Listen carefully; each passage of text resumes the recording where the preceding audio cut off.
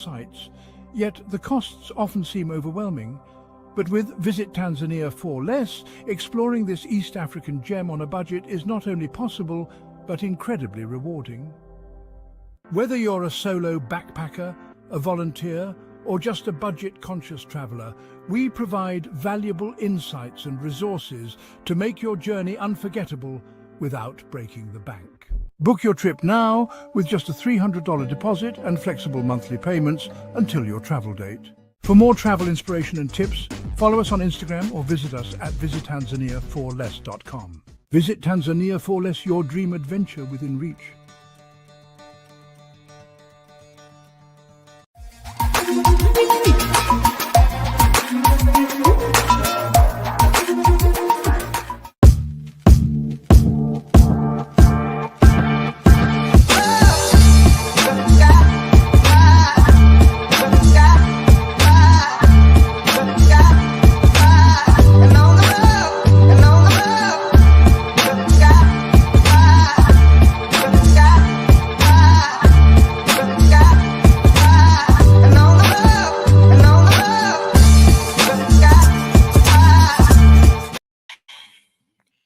Good afternoon. This is not Torn Into. This is Community Focus. Our old name was Torn Into. If you normally tune into this program on Fridays at 2 p.m., there are usually two people here. My brother, my partner in this broadcast, Gregory T, is still recovering. Would you all do me a favor and send your prayers and best wishes out to Greg as he recovers? I can do this show alone, but we are always better when we do it together. Miss your brother, get well. Our program today, before we jump in, I want to do a couple other things. Weather. If you have not been outside today, take a break. Go walk, go stretch, but go outside. Sunshine and warm weather. Our high today is 72 degrees. It is beautiful out. Tomorrow, expect to be breezy, low 43, high of 63. The temperature will drop a little bit on Sunday, low 31, high of 43. Monday, low of 27, high of 47. Tuesday, low of 38, high of 54. Wednesday, low of 43, high of 59. And Thursday, I don't believe what I'm seeing here. I see a snowflake. Y'all are not praying. Low of 30, high of 49. So that's your weather for the week. So enjoy today. Enjoy this weekend as best you can. We have been doing for a few weeks now our top 5 news stories.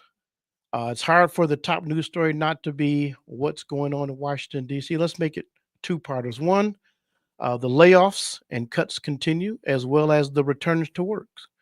So that's probably our story number one. Story number two, we may not face a government shutdown. Looks like we may have a continuing resolution deal to keep the government in operation until this fall. Number three, again, if you're a sports person, have you been paying attention to football free agency? This is the second season where we see if our teams are winning or losing. We get free agency, moving players around. How did your team do? And then after this comes the draft. All right. Third story, a little closer to home.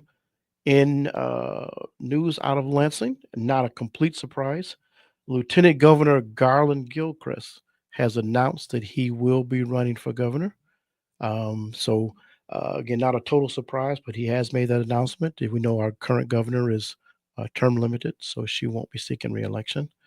And on my own personal fifth local story, major construction has begun on Sanford Street in city of Muskegon Heights from Broadway south to Oakwood, major road reconstruction and water main project. So those are our top 5 news stories for the week. Hopefully you'll get a little more information on those if then you'll pique your interest. Today's show, I'm excited to welcome our guests to the show. We love to inform you about things going on in our community, and today is a tremendous opportunity for us to do that. No stranger to the show. Would you join me in welcoming a frequent face around here at 103.7 The Beat, our county prosecutor, DJ Hilson. DJ, how are you? I'm great. How are you, Melvin? Good. Also joining us today is Dr. Brian Stork. Hey, Melvin, how are you? I'm good. How are you doing? I'm doing good. DJ, I like that tie you got there today. It looks great. Yeah, it's not Michigan blue, buddy. It's Marquette blue. Battle of the M's, huh? Okay. And I believe we have one more person joining us today. Okay. Good afternoon. I'm Holly Alway, the Injury Prevention Coordinator at Trinity Health. Holly, thank you for joining us at the program today. So we're going to, and when it's three people, I always make the mistake of asking a question and not directing it to anyone. So I'll try and do a better job of that. Or DJ, you can just jump in and take over if I go down. We have a grant announcement. A grant has been awarded for the prevention of youth and gun violence. I want to talk about that. Let me first start with you, DJ, then Dr. Stork, and then to you, Holly. Would you, just for our audience listening, just kind of briefly introduce yourselves and tell folks a little bit about you? Happy to. As always, it's an honor to be a part of the 103.7, the Beat family. My name is DJ Hilson. I've had the honor, the privilege, and pleasure of serving as your elected prosecutor since 2013. I'm looking forward to and have started my fourth term of office, and I'm looking forward to programs like what we're going to talk about today, as well as continue to work with the community to really enhance what I would term to be the quality of life. I truly believe that the quality of life is improving every year, and what we're going to talk about today is a step to continue to enhance that. But I just enjoy the opportunity to talk to the community, and certainly whether it's video or on radio with Big Rob and PA on a regular basis. This is just a wonderful format to inform folks. So, Melvin, I really appreciate the opportunity. I'm glad to have you. Dr. Stork? Thanks, Melvin. Well, DJ's a tough act to follow, right? Quite that articulate, but I'm a local urologist. I've been in Muskegon 23 years. I love being here. I love our community, and really excited to talk about this program that I think benefits everybody in our community. And so just blessed to be able to work with people like DJ and Holly for the benefit of everyone. Okay. And I'll turn it over to Holly. Okay. Thank you. Well, this is certainly the dream team, and I'm just as honored to be a part of this with DJ and Dr. Stork. So I've been the injury prevention coordinator at Trinity Health for over 20 years now. I'm a proud resident of the city of Muskegon, and just really excited when we can bring programs like this into the community that, as DJ said, really improve the quality of life for the residents here. Okay. So I have a press release here, but we'll get into this. From my understanding, we've received a $318,000 grant from the Burn State Crisis Intervention Program. And that's not the big part. The big part is we have prosecutor's office working with the hospital to deal with a big community issue, which is gun violence. DJ, why don't you start? Tell us why apply for this grant and what's the issue we're trying to address with it? Well, listen, I have to give all the credit to Dr. Stork here. I got an opportunity to meet him a couple of years ago on this very issue. And I hadn't known or met him before, and now I consider him a very close and dear friend. He was part of a small group of physicians, one being a resident at the time, who presented a research project this resident had done related to gun violence in Muskegon County. Looking at the folks that were coming into the emergency room, where they were coming from, their age, race, gender, all those things, and made a very compelling case as to why the hospital really wanted to, I should say, and needed to be more proactive in this area of prevention. like myself and law enforcement, most of our job seems to most of the time be reactive. We're reacting to, a situation in the hospital. The ER physicians and nurses and staff are reacting when people walk through the doors, and to have this opportunity to be proactive, involving the only and largest health system here in Muskegon County was really something special. And to say that Dr. Stork has a passion for this is really underselling it. And quite frankly, I've never received more emails from a doctor, not even my own physician do I get as many emails as I do from Dr. Stork. But it's all centered around this idea of really wanting to be, again, like I said, proactive in this area. I mean, gun violence, as I know Melvin, you've been around for a while. Gun violence has always been sort of that nagging issue that we deal with on a yearly basis. And everybody, and there are a lot of great groups out there, and there are a lot of folks really wanting to be a part of the solution as opposed to part of the problem. And this, as I have experienced, I think probably in the last 3 to 4 years, we're seeing our offenders and unfortunately our victims younger and younger in age. Yeah. And that's concerning, that's troubling, and it's tragic. And so this particular program that Dr. Stork really opened the doors to and provided the channel for was a sort of a blessing in disguise. And, from my part, from the prosecutor's part, we were asked, because the grant required that the recipients worked with a local unit of government. And so they asked, hey, would you be that local unit of government that we can rely on? I said, absolutely, 100%. Anything that I can do and put my name on to essentially work towards ending, tragic loss of life, especially in our younger generation, I'm all about. And so we have become sort of the fiduciary, if you will, of the monies that were received, and ultimately part of the planning process as to how we were going to implement the Safer Team program. And so it's an easy yes for me. Anytime that we can be, as an office, be more actively involved in the community, in particular when we're dealing with as serious an issue as we are with gun violence. Okay. Dr. Stork, let me ask you a question. Where does this passion come from to not just be the doctor, but to do something proactive like this? Yeah, thanks, Melvin. And thank you, DJ, for all the kind words. I grew up in a small farming community in Iowa. And one night when I was a teenager, one of my friends was the victim of a murder-suicide. His mother, who had some health problems, chose to murder her family and then commit suicide. And one of my friends was one of the victims. And then later in Iowa, one of the local football coaches was killed by a former student with a handgun.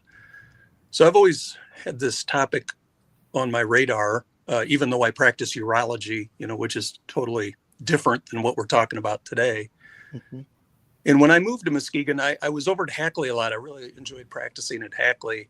And I would see, in Iowa, I would see persons of a white color being shot. And when I moved to Muskegon, I'd see young black men being shot. And, in my mind, it doesn't make any difference. The bullet doesn't care. And so I just really felt like we needed to do something about this. And I felt like we could do something about it, mostly because I knew a lot of people like Holly, who will talk next, and lots of other people in the community. And I knew this community could do it. So. Okay. Holly, well, we've got Gregory Roberts, who shouldn't be talking, but is watching the program. Says, thank you for your service. It's always good to hear from Greg. I hope you're getting better, buddy. Yeah. Holly, let me ask you a question. I see injury intervention. Maybe some people's first thought when you think of gun violence is, those people mishandling others, shooting each other. But I mean, there's an injury, but that's probably not the first thought that comes to mind when people start thinking about current gun violence. You know that this is an injury that we can prevent. Help us with that a little bit. Sure. So as DJ mentioned, a lot of our systems are meant to be reactive, and I'm lucky in my job to have a proactive position. My job is to keep people out of the hospital rather than treat them once they get there. And so my approach is a little bit different, but I think we really need to think about gun violence as a disease. That's absolutely what it is. And we can prevent diseases. We just need to look at what the data is telling us and what the evidence-based interventions are. In this grant that we received uses one of those evidence-based interventions to really get into the community and talk with kids before they become a victim or a perpetrator of gun violence. Okay. So, DJ, I know you're not just a feel-good prosecutor. You prosecute people, but for people, we want to educate people. For people to think, well, it's just another feel-good program. We have some real data out there for programs that to talk about things that can reduce gun violence. Is that true? You asking me that, Melvin? Yes. Yeah, I mean, certainly, this is not the Safer Teens program is not a fly-by-night intervention strategy. In fact, it's very evidence-based, and it was developed on the east side of the state in, again, some of our more urban areas that experience similar, if not greater, volumes of gun violence than we do, the Flint-Saginaw area. And that was part of the real, I'll say, treasure for us having Dr. Stork, because his connection not only to the University of Michigan, but more importantly, their firearm specialty area attached to the University of Michigan was really the catalyst that started this process going. There's some great research partners that we get to work with on that side of the state and through the University of Michigan that really embraced what we were trying to accomplish. And I tell you, in those first meetings that we had several years ago with those folks, they were just as excited as we were about the possibility of really making a difference here in Muskegon. And so, certainly, I think both Dr. Stork and Holly probably have more of the nuts and bolts on the numbers, because as my wife knows, I am not a numbers guy. I'm just not. I don't get to hold the checkbook. I don't even get to know what's in the bank account. So, but ultimately, we wanted to make sure that what we were looking to do here in Muskegon wasn't, something that we saw in the back of a magazine, that it was actually something that had been tested and that had been essentially evidence-based, that was showing positive results. And we were fortunate to kind of be at the right place at the right time to really start to learn more about this particular program. Okay. So, Holly, can you tell me what specifically is the Safer Teens program, and what will this grant allow you to be able to do? So Safer Teens is a youth-based program, and it's almost so simple. It's amazing. So we first do screenings. We have 3 questions that measure exposure to violence in the youth's life. And then based on the scoring to those 3 questions, we do an intervention. And that intervention really is about goal setting. What's going on? What do you want to do with your life? And what are the resources that you need to get to that point? Because what we're finding is these kids that are victims of violence or perpetrators of violence are just not as well supported in the community or in their lives as they should be. And if we can start to wrap around services to those kids, then we're doing what we need to do to get them back on track to live the life that they want to live, to figure out how they're going to meet their goals. And the intervention also addresses, how do you avoid violence? Many of these kids have been exposed to violence through family members as well. So they may not have a role model in their life that can help them understand that you can avoid violence. There are some strategies that you can use. So it's really just about connecting the youth with these strategies and with these resources to make sure they can get on the path to success. And we're using community health workers to do that. And that to me is an ideal person to be able to do that, because they're members of our community. They know what the resources are. They know the people that these youth need to connect with to get into those services. So that's what the grant is going to allow us to do. And we are going to be we are at 3 different schools. We're at Muskegon Heights, and Orchard View. And all of those services started this month. Okay. So is the idea we can deal with this violence by I say it this way, as a pastor, I always tell people, church isn't about a bunch of things you don't do, or if you stop doing something, you got to replace it with something. So is the idea that there's some behaviors or activities that youth may be involved in that might lead to gun violence? We want to change those activities? We want to give them strategies to address or to avoid the triggers, Okay. essentially, of violence. And it's more of a strengthening approach rather than a punitive approach, which I think makes it really strong. Okay. I have one of our friends of the show calling in. Benita Threadgill says, what a tremendous collaborative effort. Looking forward to successful intervention outcomes. Thank you, Benita, for those comments. So Dr. Stork, you mentioned, again, some of your background. This program has been to other communities. What are some of the results we know from other communities where this program has taken place? Yeah, thanks, Melvin.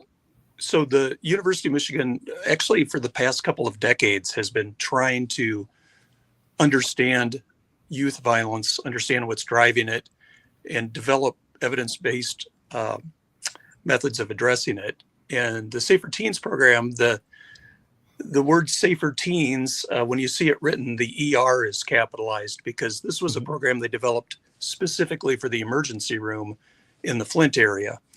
Okay.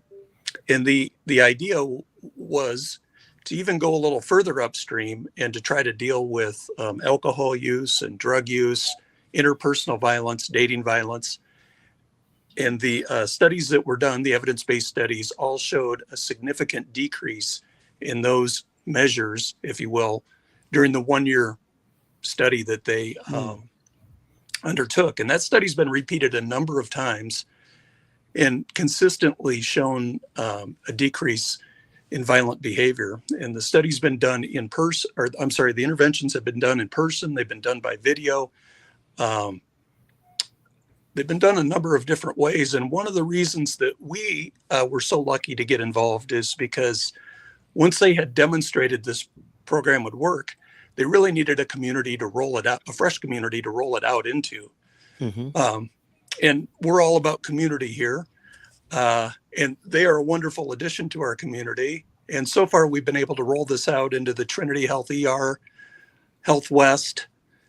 Isn't it Hackney Community Care? Thank you. And the Trinity Health Family Medicine Residency Clinic, and now 3 schools. Awesome. So they're happy because they get to study how these rollouts occur and all of the roadblocks that occur to implementing this program in a community. And we're happy because they've trained us how to do this, and we're able to roll this out really across the city, Awesome. So we have a program that we know has evidence of being successful and committed professionals. How does this interaction take place in the schools? At all students? Well, you tell me, how is this interaction with these community social workers? How does that happen in the school system? It's different for each school. So each school has the flexibility to say, this is how it's going to work best in our system. And we're flexible enough to respond to that. So some schools would like all of their students to go through this screening process and then receive the interventions if they score positive. Some schools have identified students that they want to have priority in the intervention. They're basically saying these students we already know have at-risk behaviors, so the intervention is already needed and necessary for them. So that's what's nice about this is University of Michigan has given us some flexibility in how we deploy the program to make sure that it works for the setting that we're in. Okay. So Dr. Gluck, when you mentioned the other facilities, that where they've been trained in this. So is the idea that other than in school, you might encounter a healthcare professional who's been trained and might be able to make a referral or recognize these things the same way that community health workers would? Yeah, we started in the healthcare system because we thought that was going to be the most complex environment to roll this program out into. Mm-hmm. And what we discovered is that approximately 25% of young people who come into the Trinity Health ER for whatever reason will screen positive for being at risk for future violence. And so we weren't able to deliver the intervention to everyone in the emergency room. Mm-hmm. But just seeing those screening numbers, we realized that there was an even greater need in the community. Mm-hmm. And so we have tried to blanket the community with these different sites. And our friends at the University of Michigan tell us that some of the youth who are at risk have actually elected to undergo the intervention multiple times. Mm-hmm. And I think the reason is because it's not a lecture, it's a guided, as Holly alluded to, kind of a guided personal journey as to, hey, where are you at? Where do you want to go? And how can, violent behaviors interfere with you reaching your goals in the future? And what we're finding is that a lot of kids just want to be listened to. Mm. They don't want to be talked to. They don't want to be talked down to. They want to be listened to. And I think that's really one of the great things about the program. Okay.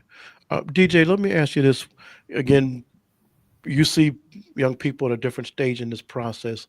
What are some of the commonalities you see, particularly with youth, when they're involved in gun violence? It is a lot of times it's that missing piece in their life, whether it's a father or whether it's a mother or another support other than what they are perceiving to receive in the streets.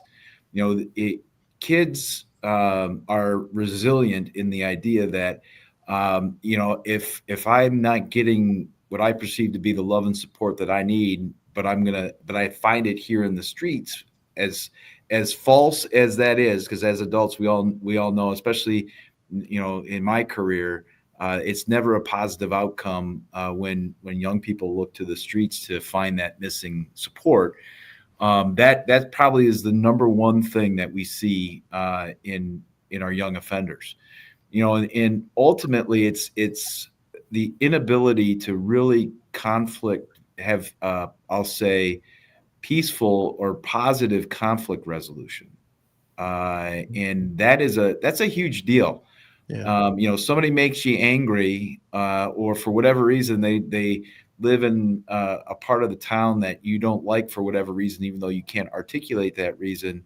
You're resorting to violence, typically gun violence, in order to resolve that conflict, as opposed to other methods that as adults, we're used to, right? Communication, working towards a compromise if necessary. Our kids are not getting those skills, and so that's another angle that we're seeing. And I think I think Holly said this. It's not having that role model that is sort of guiding them when they have these issues, right? And a part of the metric and why the schools were so important. One, you have a captive audience of the age group that you're interested in. Mm-hmm. Two, we already, are looking at least my office has already been very actively involved for several years on kids that are skipping school. And to me, that is a symptom to something else that's going on. Maybe it's a broken home, maybe it's learning difficulties, whatever the case is, that's a symptom. And again, those are red flags that now this Safer Teens program is trying to and is capturing. And now what's great is we now have those supportive resources to provide these students with different direction. They don't have to go to the streets looking for that support. It's right in their very own backyard. And that we're, it's one of those things where you start planting those seeds, and you start developing that and you fertilize it and you grow it. And, I'm hoping to see the return here on investment in the next couple of years as these young people get older and continue to be successful in their lives and not resorting to making poor choices. And, only time will tell, but, to me, this is one of the more exciting programs that I've seen that has shown really positive results. Awesome. Folks, we're on Community Focus today. We have Prosecutor DJ Hilson. We have Holly Alway, Intervention Coordinator at Trinity Health, and Dr. Brian Gluck. We're talking about Safer Teens program. Hopefully you're listening, and if you want to join in on the conversation, feel free to send us some comments on our Facebook page. We're going to take a brief break. We're at the bottom of the half hour. We'll come back with our guest today.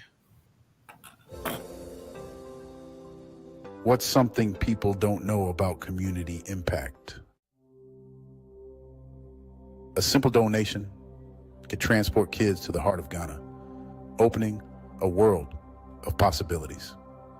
Since 2017, thanks to 103.7, The Beat and community supporters like you, dozens of kids have embarked on a journey of a lifetime to Ghana. This isn't just any trip.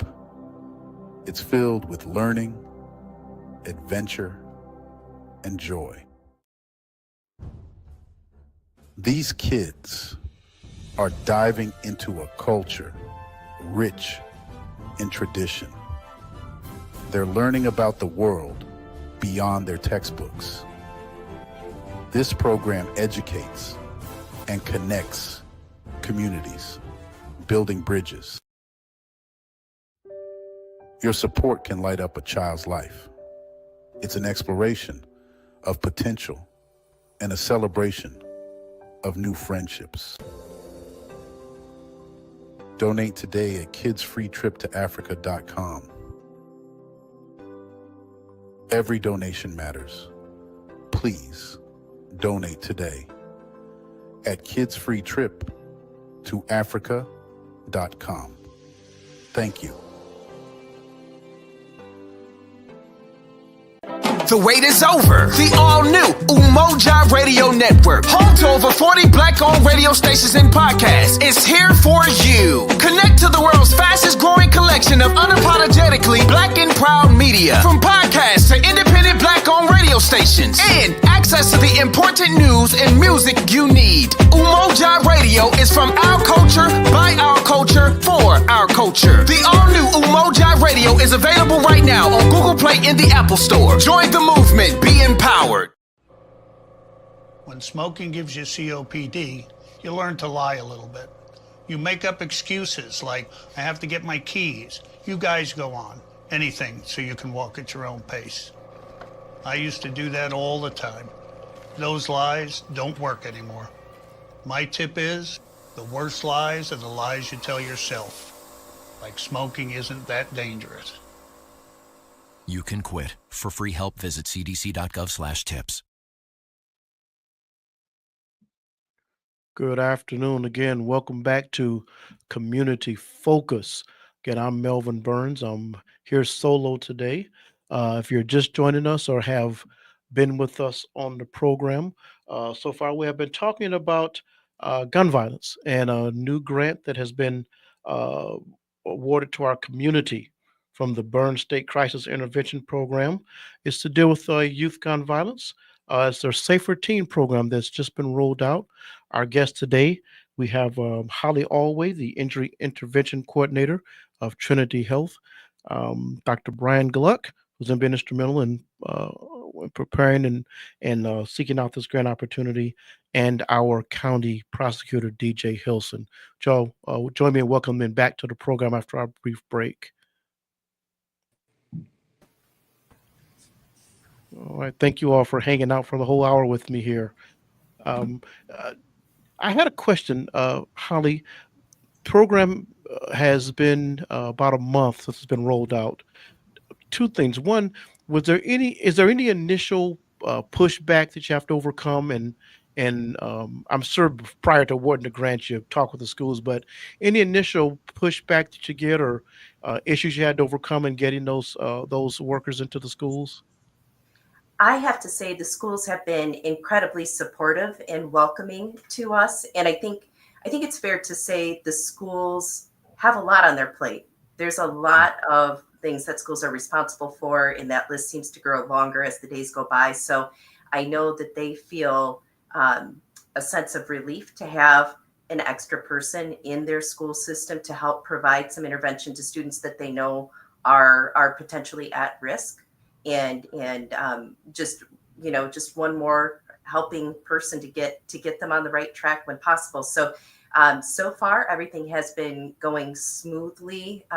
We have started at Muskegon and Orchard View, and at Muskegon Heights we start next week. So I'm just really looking forward to getting through this initial startup phase and being able to start seeing some results. Okay. Another question: the funding was $318,000. How long will that funding provide for the program? So that will allow us to run the program through June 30th of 2026. So we'll have about a year and a half in the schools. Awesome. Dr. Stork, I want to ask you the same question a little different way. When we talk about this program, you talked about other people in the health system being trained. Is there any kind of pushback when we talk about a program like this, or if this is not what we should be doing as doctors, or any kind of pushback you have to overcome with healthcare workers in this sense? Well, let me start, Melvin, by just following up with what Holly said. We have an absolute rock star on our team named Lauren Meldrum. Okay. And Lauren Meldrum, I think a lot of people on your show probably know her, but she's really our ambassador or go-between with the schools. She's been working with the schools. One of the reasons I think things have gone so well is because we have her involvement. And if you had another hour to talk to us, I could list all the other people that are involved with this, who aren't on the radio, who aren't on TV, but are, people like Justin Dirks, Laura Fitzpatrick. I could go on and on and on, and how people have just stepped up at the right moment to really not only keep this thing going, but to help it grow. Mm-hmm. To your question, yeah, there have been actually a lot of bumps along the way. And I think it has to do with a misunderstanding of violence and the drivers of violence. Mm. So even amongst some of my physician colleagues, when I talk to them about patients that come into the emergency room or have surgery, they say, well, it's gang related. It's all gang related. There's nothing you can do about it. And I'd have to defer to DJ about whether it's all gang related or not, but I know it's not. So that's one misconception. And then another misconception is that there's nothing we can do about it. We can't control the guns, so we can't stop the violence. And I think that's also proven and going to be proven not true. So some of it, as you just pointed out, is educating our peers, not only in healthcare, but I try to educate my patients about this when that opportunity arrives. And this show is a great opportunity to educate the community, because without the community support, we don't have anything. So I appreciate you having us on the show. Sure. DJ, let me sort of ask you the same question, in a different way. In the time you've been prosecutor, I know you've done special programs for seniors who are exposed to violence. You do these kind of things. I know you're involved nationally with prosecutors. Do you ever get pushback in, hey, you know what? Let's just prosecute the bad guys. That's our job. Do you get that pushback, and how do you deal with it? Yeah, that's a great question, Melvin, because there is this great conflict that some of my colleagues feel, and in some respects I do too, because certainly,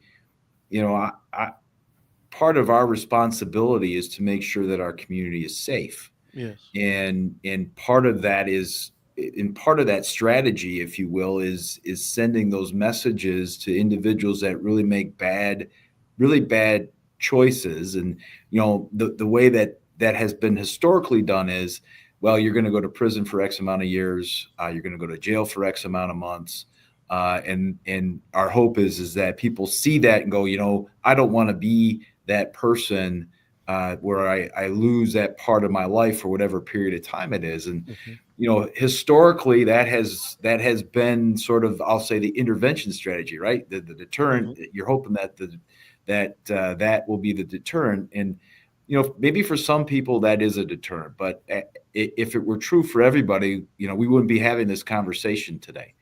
So, part of my growth and development as a prosecutor has been figuring out ways that we can, that I can personally and as an office, be more proactive in certain areas. And, do some of my colleagues look at me like I'm crazy sometimes? Yeah. I mean, the old timers, the guys and gals that have been around for a few years and lived through, the decades of being tough on crime, certainly, scratch their heads every once in a while saying, well, it almost appears as though you're trying to, be coddle the behavior as opposed to stop it. And the truth of the matter is that I don't look at any of these as being soft on crime. It's actually being smart on crime. Because if I can plant a seed in a young person's head that going the path of violent resolution to, an everyday problem isn't the right way, and I don't have to do that by charging them and incarcerating them, I can do it in a positive, proactive way, I'm going to sign on for that. Because that's one less person that I have to worry about coming through the criminal justice system. That's one less person that has to, carry that anchor around for the rest of their lives potentially. And so, I look at this as an opportunity to try to wear two hats. Yeah, we're still going to be tough when we have to be, and folks are still going to pay the price if they decide to make that bad choice. And I'm hoping that message gets to people and they understand that that's not the life that I want to live. But I also want to make sure that I'm part of something that provides hope and provides an opportunity where they don't even worry about making that decision because they know that it's not they know already that that's not the path that I want to go. And I didn't need to have my, uncle, my aunt, my brother, or my sister go through that system for me to figure out that wasn't the path for me.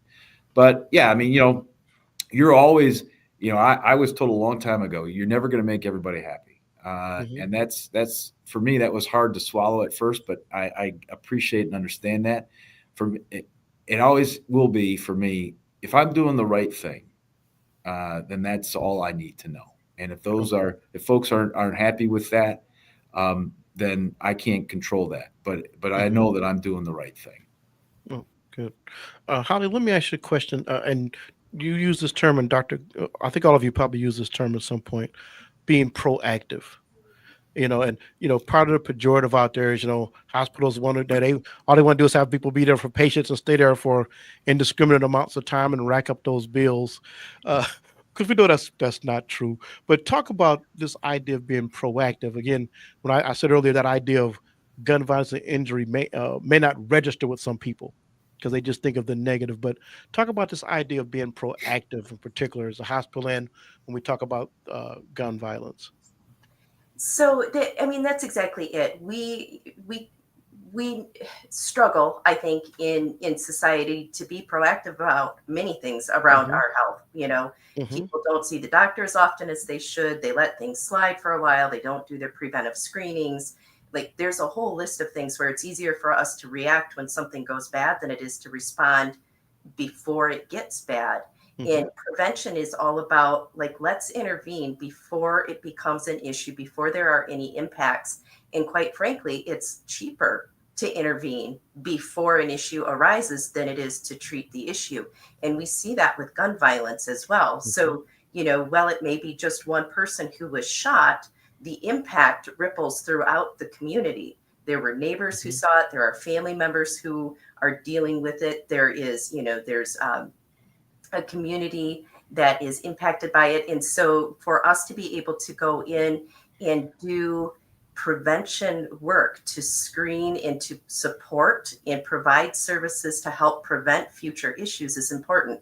It's just as important as my work in providing car seats to family or bike helmets to kids. This is just another step of that effort to make sure that at the end of the day, I'm doing what I can to keep people out of the hospital. And it's been great being supported by Dr. Stork and by DJ, because it really truly is a community effort. It can't be done by just one agency. And you say that, and I want to understate that, Holly, when you have these ideas for these programs, but to get support from Dr. Stork like you get, it adds impetus to what you're trying to do. You're not just somebody out there with these pie in the sky ideas. Absolutely. And quite frankly, we talked about it earlier, but it was Dr. Stork's work and passion around that issue that really kind of kicked the hospital into gear in recognizing it. Again, I think gun violence is one of those issues where it's a lot easier to ignore it or become desensitized to it, but that's not fair to the community. We owe the community more, and we absolutely need to be doing our level best to make sure that we're preventing that kind of violence in our community. And so having people like Dr. Stork who can elevate that issue, in DJ who is, whose office is willing to be the fiduciary and support the work that we're doing here is just it's critical to getting the job done. Okay, I want to ask you each a question. We have funding through June 26. If we do a follow-up call with you all in July of 26, we hope we have more funding, but we won't have all the data. But when I talk with you, 15, 16 months from now, what do you want to tell me? What do you expect the outcomes to be? What do you want to be able to say about the program after 15, 16 months? I'll start with you, Dr. Stork. Yeah, we're currently putting together the metrics that we want to study with this program. And I think it's really important to share with the community and with parents that we're not collecting data on individual students. That's not our goal here. Okay. Our goal is to collect data on how it impacts schools and how it impacts our community.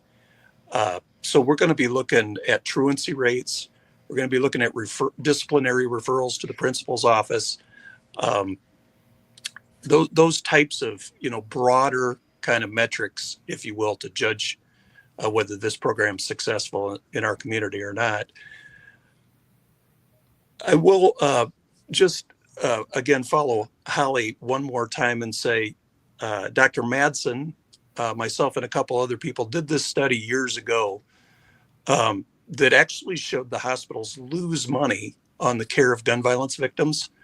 So it's in the hospital's best interest to really do this. And that research that we did would have gone nowhere without Holly. Holly actually brought it to the Muskegon Social Justice Commission. She brought it to DJ. And so I just want to emphasize again that this is a community project and that everybody's just so critical on the team that we have.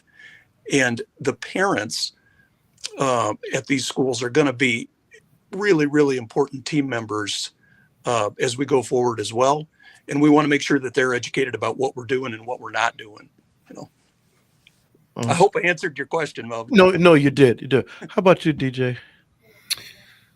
Well, I mean, to sort of expand on what Dr. Stork just said, I'm hoping that because of these intervention strategies, we're going to see a decrease in disciplinary action at school, which in my mind will have a ripple effect on kids going to school, being in the classroom, graduation rates. I would anticipate increasing, and ultimately that we see less and less of our young people, those school-age people, committing violent crime.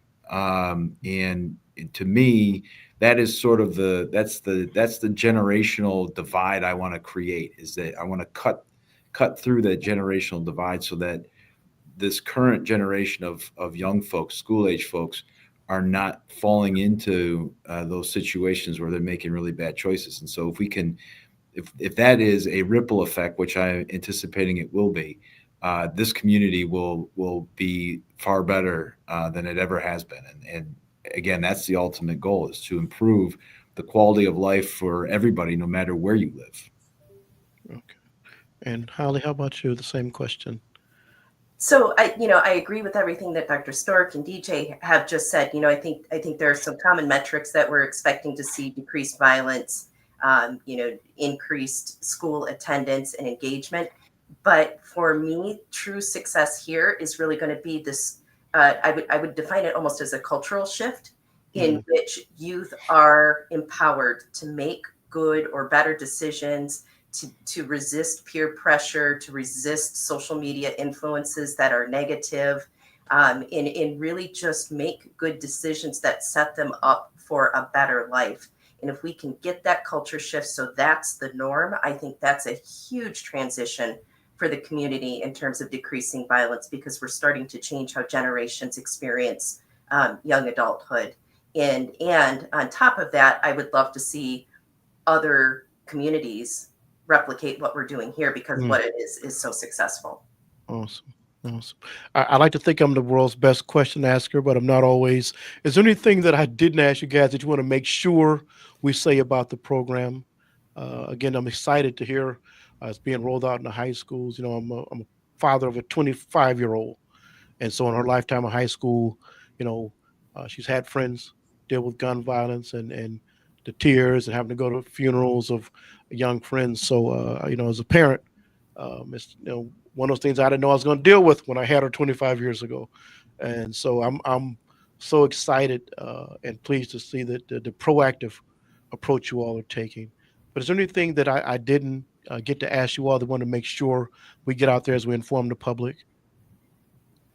I just want to emphasize two things here, Melvin. I think what's really critically important to the success of this, both from a program standpoint and a community standpoint, is I believe it was Dr. Stork said, parents.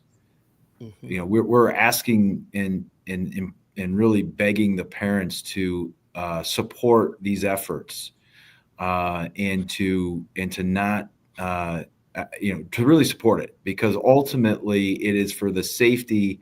Even if your child maybe isn't screen positive for this, be supportive, because in the end, your child's going to benefit by not having to live through the trauma of a gun violence event, and that's really what we're hoping for. The other thing too, and I really don't want to underemphasize this, Muskegon County residents need to really appreciate how blessed we are to have a health system like Trinity Health. Listen, I'm like a pretty face on a brochure for this program. The real hard work and the heavy lifting has all been done by Holly and her staff, Dr. Stork and his relationships. They're the driving force behind this. I'm happy to, sit in the passenger seat on this and lend whatever help I can. But I think folks really need to appreciate how deeply committed Trinity Health is. And this goes all the way to the top, to making our community a safe place. It's awesome. I mean, never in my life did I think as a prosecutor that I'd be partnering with our health system on a proactive gun violence. I mean, that never crossed my mind. And literally it took a doctor who wasn't going to take no for an answer. And I love that. And I love that. I mean, I go to battle with Dr. Stork anytime he wants. I just really want our community to really understand how valuable that asset is. And it's not just because they treat you when you're sick. They're actually heavily involved in making our community a better place. Awesome. We have a few minutes left as we wrap up. I want to push out the soapbox for a minute here. Dr. Stork, I'm going to start with you. Just speak to our community about this issue of gun violence in general, and let them hear you and even your passion for wanting to address this issue in our community. Yeah, I got to tell you, Melvin, as I mentioned before, I'm from Iowa. So I came here and I started seeing this. It's heartbreaking. Back in 2015, 2017, it seemed like it was on a weekly basis. Young people, as a urologist, I take care of guys in their 60s, 70s, they have trouble urinating, maybe their erections don't work, that kind of thing. But to see something like that, to see young people have the rest of their lives changed or lose their lives, it was like something I'd never seen before. It's traumatizing to see. And it's not just me, it affects the healthcare system. When victims come in, it affects families and communities. It's a big deal. I will say, I want to be really transparent about this Safer Teens program. I know a lot of parents. I live down towards the Grand Haven area. Whenever something happens at school, they get really nervous. Like, what's this all about? This is going to be bad. I feel like nobody's telling me anything. We want to be super transparent with this. If your child is invited to do this, ask them what it was about. Ask them about the experience. That only amplifies what we're trying to do here, having a discussion at home about these things. So I'm rambling, Melvin. I hope I answered your question. No, you did. And I want you to know, as the program's going on, we've been getting likes and thumbs ups on the program, so people are appreciating what they're hearing. Holly, I'm going to leave the soapbox out for you. Any final comments or any appeals you want to make to our community? Yeah, so I think the other piece here is, in addition to talking about Safer Teens, the hospital is also involved in other efforts to address gun violence. We realize that one solution is not going to fix gun violence in our community. So there are other efforts that we're working on, especially around safe storage. So those programs exist. So there may not be opportunities for community members to get involved with Safer Teens just because of the structure of the program. But if you are interested in being part of the solution to gun violence, I invite you to connect with me. There are multiple opportunities for community members to get involved with these efforts. Okay. DJ, I'm going to let you have the final word today. Well, look, I've said this many times. It takes a community to battle an issue. And this community, people may not believe it, but it's absolutely true. This community is stronger than the problem. And if we unite as a community, and you can even scale it down as a neighborhood, as a block, as a string of houses. If folks unite, they are going to be stronger than the problem. And I've said this many, many times. When that happens, you will always have a prosecutor and a prosecutor's office standing right next to you every step of the way. Dr. Stork sees it probably more than I do, but my heart just aches every time that I have to sit across the table in my office from another grieving family who's lost a loved one due to gun violence. That is just, it's heart-wrenching. In the criminal justice system, certainly is part of it, but is not the ultimate solution. It just isn't. It's not going to bring anybody back. It may provide a little bit of solace, but it's not the total comfort that people are looking for. Stuff like this, being proactive, being strong in the neighborhood, that's the kind of thing that leads to long-lasting and positive results. And this community has it in them to do it. And I just keep asking people, stand up, be strong, and you'll have strong partners standing next to you. Awesome. Prosecutor DJ Hilson, Dr. Brian Stork of Trinity Health and U of M Medicine, Holly Alway, intervention. I probably butchered your title so many times today. Don't hold it against me. I can't tell how many times I wrote it down also. I'm going to say it right. Injury prevention. Injury intervention coordinator. Gold star. You got it. Okay. Thank you all so much for joining us. More importantly, thank you all for having a heart and a concern for our community. We appreciate you all being with us so much today. You know what today is? Today is Pie Day. So we always have a closing thought. You know what? Go get you a big piece of pie, folks, if you're listening. Go share it with somebody. It's a good time. People don't fight when they have a piece of pie together. So find somebody, get a big piece of pie. I like apple with, a la mode. Share a piece of pie with somebody on Pie Day. Make peace. Be kind to somebody. Have an awesome weekend. Thank you all for joining us on the program. This has been Community Focus. Get better, Brother Gregory T. I miss you, brother. Thank you all so much.